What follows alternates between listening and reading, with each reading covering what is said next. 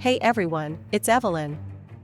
In today's video, we'll be discussing an alarming issue related to the illicit drug trade and cryptocurrencies.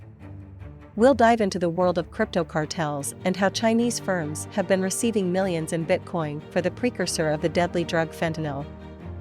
Fentanyl overdoses have become a major concern, especially in the United States, where it is the leading cause of death among individuals aged 18 to 45. Previously, China was the main source of this synthetic opioid, but due to pressure from the US, the Chinese government implemented strict regulations to ban its export. However, Mexican drug cartels quickly stepped in to fill the void left by China's ban.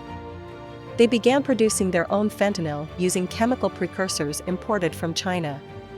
Shockingly, blockchain analysis firm Elliptic discovered that over 90 Chinese chemical companies were involved in supplying these precursors, accepting cryptocurrencies as their primary payment method. In their report, Elliptic revealed that some of these companies openly discussed the use of the precursors to produce fentanyl, without any concerns or objections. They even highlighted it as a highly sought-after product for this purpose. The researchers also found evidence of these suppliers selling the opioids to customers in Mexico, who predominantly used cryptocurrencies such as USDT and Bitcoin for payment.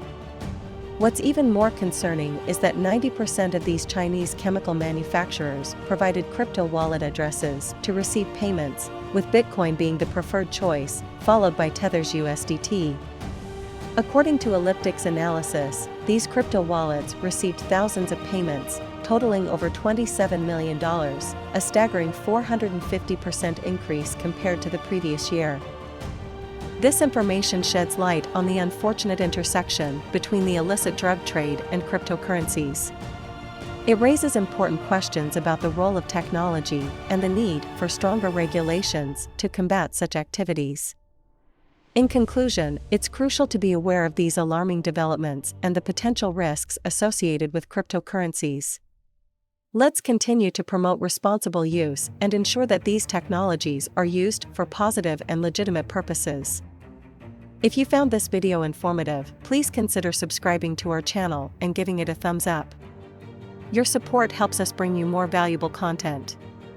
Thanks for watching, and until next time, this is Evelyn signing off. Subscribe to our channel and hit the like button.